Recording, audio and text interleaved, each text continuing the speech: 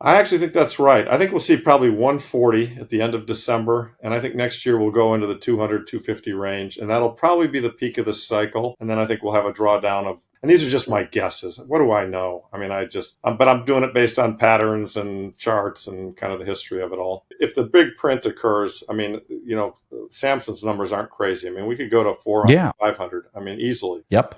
But it's all within the vol range. Yeah. It would depend upon the big print occurring. I mean, recall what happened with COVID. Bitcoin was $10,000 when the COVID print occurred. Yeah. Came out of that at 60. It did a 6x. Yeah. I'm not sure we've still got, we're bigger now. I don't think the firepower is quite as large in terms of multiples, but could it do a 2 to 4x from here? Oh yeah, easily. If they bring the big print, as you're alluding to, no question. As global markets wobble under mounting debt and monetary uncertainty, Larry Lepard sees Bitcoin not just as a hedge but as the lifeboat in a sinking fiat system.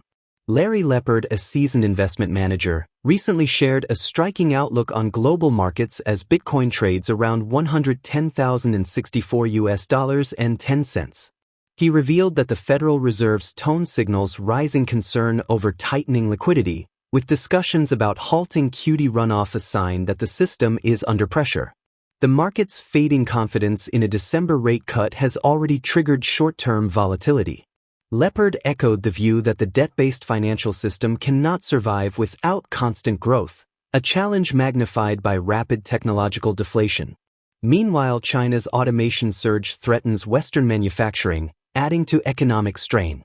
Politically, Lepard foresees inflation and inequality fueling populism, universal basic income, UBI, and ultimately, the collapse of the fiat system paving the way for Bitcoin's dominance as true sound money.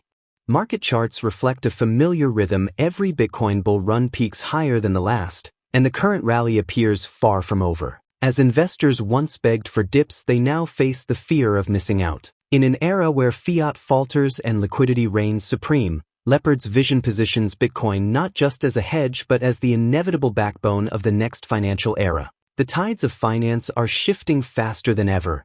Do you agree with Larry Lepard's vision of a Bitcoin-powered future? Share your thoughts in the comments, and don't forget to like, share, and subscribe for more market insights. This is Jeff's overarching point, that you can't have a debt-based credit system, which by its very nature is like a shark. It has to grow and expand. Yes. In an economy where we're getting increasingly more efficient, and it's increasingly deflationary. And I would add to your point about Preston's points about how much things are going down on Amazon. I just did a deep dive on some of the manufacturing going on in China. China is manufacturing electric cars that are better than ours, better than Tesla, and the cost is about half as much. And they're using as much as 70% robotics on the assembly line. I mean, this is just really going to disrupt, our standard, manufacturing jobs to the degree we even have any left. And I think on the political side, Natalie, as you point out, I mean, this is why a Mamdani in New York is so popular because, I've got kids down there who, raised in a capitalist Bitcoiner family are actually pretty sympathetic to what the message the guy's saying. And, dad has to spend time convincing them that he's all full of shit, that his solution is wrong. But his messaging is good. I mean, he's right. I mean, people are getting screwed. I mean, we all know that. Effective. I think effective is a better word. Yeah, not good. You're right. You're right, Preston. It's effective in terms of what he's trying. Well, he's probably going to win, right? And that will lead to UBI, etc. I mean, I'll let you guys in on kind of my peak view of the next 6 or 7 years. Conferences, people have recently asked it. Here's how I think this goes down. I think we have a lot more inflation for the next few years, and then I think, sadly, in 2020, in the money supply and in prices.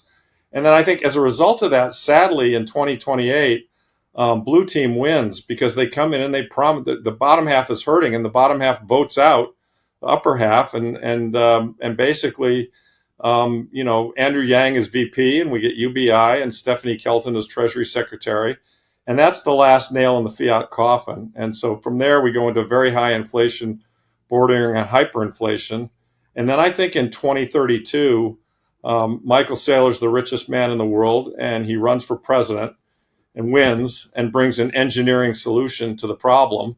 and we're out of this fourth turning. So the whole notion that stable coins are going to save the world and they're going to buy all the treasury bills and everything's going to get solved, that's just all horseshit in my view. That's as real as Doge is going to cut a trillion or $2 trillion from the budget. I mean, yes, stable coin usage is growing. I mean, to me, what the stable coins are right now, and I met with some people in Prague, some Russians who told me, stable coins are a mechanism to get around the SWIFT system if you've been shut out of the SWIFT system. If you were a Russian company and you were trying to do business after 2022 and we grabbed all their shit, okay, they had no way of moving money around until they got crypto accounts and put dollars on stablecoins. Stablecoin is still tied to the dollar, and the dollar is doomed. I did say my kids will transact in Satoshi. I think they will later in their lives. My grandkids will definitely transact exclusively in Satoshis. But I don't think stablecoins are the panacea that they're being portrayed as. I do think they will continue to grow in usage. But, why should somebody give up the use of their money and let the stablecoin issuer earn the 4%? I mean, to me, the stablecoins are really just an alternative rail for moving money when you can't use SWIFT. I mean, that's full stop. That's it. And so, if you're shut out of the SWIFT system, you use a stablecoin. Is there going to be enough of that to buy the entire treasury market? No way. No way in hell. Today the total stablecoin market is $300 billion, and we're rolling over 10 trillion a year. I mean, it would have to double, many, many years in a row, and it's only growing at about 40 or 50% a year. Yeah, I think that's what the market's telling you. Well, the interesting thing was he tried to be tough guy about December. And so, he gave us the candy for this month, although he talked about stopping the QT runoff, which is it's a small number, but it's a big deal. It's in the direction that would imply that they're worried about the tightness and liquidity in the banking system, as Preston alluded to, which is why I think the Bitcoin price is so weak.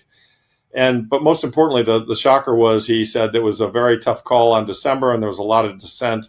And I think up until that point in time, the consensus had been, oh yeah, we're guaranteed a cut now, and we're guaranteed a cut in December. And what you saw is that he said no, and the December odds have now gone down to 72% for a cut and 28% for no cut. So. People are getting a little worried that maybe the goodies aren't going to keep coming, and I think the market doesn't like that, and so the market's off today. As Bitcoin continues its powerful ascent, Larry Lepard is challenging investors to look beyond hype-fueled valuations and focus on what truly drives value in the age of digital sound money. Larry Lepard reveals that Bitcoin-focused treasury companies represent a bold evolution in financial strategy, effectively serving as leveraged plays on Bitcoin itself. He highlights innovative structures like Strike's yield products, noting their tax-deferred advantages which appeal to long-term and retirement-focused investors. However, Lepard cautions that early enthusiasm drove valuations to unrealistic highs, with some trading at multiples of their net asset value, (NAV). He expects these premiums to normalize between 1.3x and 2.2x, making them more sustainable and aligned with true risk-adjusted returns. Drawing a comparison to traditional banks, Lepard explains that these firms function by setting a Bitcoin yield curve, thriving when prices rise but weakening in stagnant markets. Despite short-term risks, he remains optimistic about the sector's future, advising accumulation near book value rather than at speculative peaks. While Bitcoin is up about 23% this year, most digital asset treasuries, including MicroStrategy, Semler Scientific, GameStop, and Trump Media, have underperformed Bitcoin and related ETFs. Only a few like 21 Capital and Japan's Metaplanet have outpaced the benchmark. For Lepard, this underperformance underscores a hard truth: Bitcoin remains the purest, most resilient form of exposure. Let's get back to the video. I'll go first. My view is these treasury companies make sense, and they are economic entities. They're sensible. They're just adding leverage to Bitcoin. With the Strike product or Stretch product is really a brilliant product. And I just learned that it's tax deferred, because it's return of capital, which is really that's really powerful for the boomer set, right? Yeah. Because they can give the stepped up basis. I mean, they'll depreciate down to zero and give it on a stepped up basis to their kids. I think the treasury companies, everyone got ahead of themselves, and Adam came out with the whole notion of, unlimited accretion forever because you can sell at a 5M NAV and buy stock at, or buy the coin at 1, and therefore you're increasing your Bitcoin per share. But the assumption he made is that there would be ever new amounts of money coming into the shares, and the MNAVs got crazy overvalued. And banks trade at a multiple of their book value. And the reason they do is that they have an asset structure and a liability structure, and the assets earn more than the liabilities. And so they deserve a premium over the book. And, really, strategy really is just kind of a bank. I mean, they're setting a yield curve based on Bitcoin, right? And so, what happened here is everyone got too hyped up on these things. And, you had, I think at one point you had Metaplanet selling at 8 times MNAV, and you had many of them selling at 3 to 6 times MNAV. And there's no way that those are long-term sustainable multiples. I mean, we're going to find out what they are. I personally kind of think we're going to settle in between 1.3 and 2.2 as a multiple of MNAV is kind of the appropriate amount to pay for the extra earnings that the leverage gives you. And we're also going to see that just because they are levers on Bitcoin, when Bitcoin is flat to down, they tend to trade soft. And when Bitcoin is running, those MNAV premiums are going to grow and expand. And so I'm a buyer of them right here. I was not a buyer of them at the big multiples of MNAV. And I was terrified when I saw on Twitter some of these younger guys who don't think the Bitcoin return is high enough saying, I'm selling all my Bitcoin to buy Metaplanet. And I was kind of like, Jesus Christ, that's not how you do this. Bitcoin, I mean, if you want to gamble, if you want to try and get more return than you can get in Bitcoin, fine, but recognize that you're taking risk in doing so and try to understand that they will be cyclical. And you're much better off buying them at 0.7 times MNAV, and a few of them are trading there, or 1 or 1.1 times MNAV and not at 6 times MNAV. So, but I think they're here to stay. Probably not all of them will make it. As you know, you're on the board of one, and it just got absorbed by another one, and those are good companies. And but probably not all of them are good. There'll probably be some that'll be mismanaged. I own a lot of strategy, though, by the way. I mean, I'm a big believer in that. I actually think that's right. I think we'll see probably 140 at the end of December, and I think next year we'll go into the 200, 250 range, and that'll probably be the peak of the cycle. And then I think we'll have a drawdown of not as big as the last drawdowns, but maybe 40% or something like that.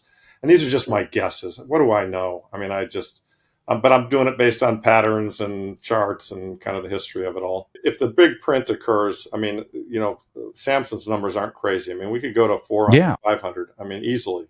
Yep. But it's all within the vol range. Yeah. It would depend upon the big print occurring. I mean, recall what happened with COVID. Bitcoin was $10,000 when the COVID print occurred. Yeah. It came out of that at 60. It did a 6x. Now, I'm not sure we've still got, we're bigger now. I don't think the firepower is quite as large in terms of multiples, but could it do a 2 to 4x from here? Oh, yeah, easily. If they bring the big print, as you're alluding to, no question. Yeah, that's the tricky part about all this is that the power law, I think, is a great model as a base case. And it varies around that. And the thing is, it's done 1.5, 2x standard deviations, which, 1.5x standard deviation is generally about 2x, and 1x standard deviation about 2x, and 1.5 is about 3x. It's a base number. And Preston, as you say, we're flat from last Christmas. Well, true, but actually over the last 12 months, if you measure, we're up like 80% because after that Christmas, it came down a lot. So. And this actually speaks to what I know you both believe in strongly, as do I, which is dollar cost. In a world where financial systems bend under the weight of excessive debt and inflation, Bitcoin continues to stand apart as a beacon of monetary integrity. Its fixed supply, decentralized nature, and resistance to manipulation position it as the most credible successor to traditional money. While new financial instruments attempt to amplify returns through leverage and innovation, none rival the purity and resilience of owning Bitcoin itself.